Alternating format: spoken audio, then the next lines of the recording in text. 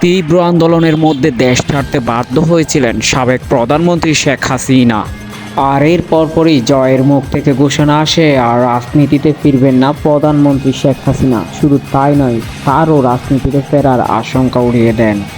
দিন না পেরোতেই পুরো ইউটার্ন নিলেন সজীব ওয়াজেদ জয়। এখন বললেন রাজনীতিতে ফিরছেন শেখ হাসিনা। শুধু তাই নয়, অন্তর্বর্তীকালীন সরকার যখনই লেভেল প্লেয়িং ফিল্ড তৈরি করবে, নির্বাচনের প্রস্তুতি নেবে, ঠিক তখনই ফিরে আসবেন তার মা।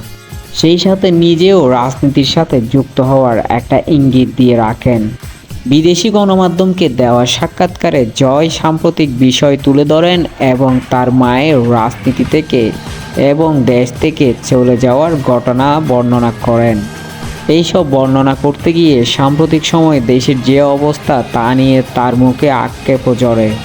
তবে আসল কথা হলো, কি এমন জাদুর বলে দিনের মধ্যেই সিদ্ধান্ত পাল্টালো আওয়ামী লীগ পরিবার এবং শেখ হাসিনার পুত্র সজীব ওয়াজেদ জয়? শেখ হাসিনাই বা কি মন্ত্রে দীক্ষিত হয়ে পুনরায় ফিরে আসার আশাবাদ ব্যক্ত করলেন?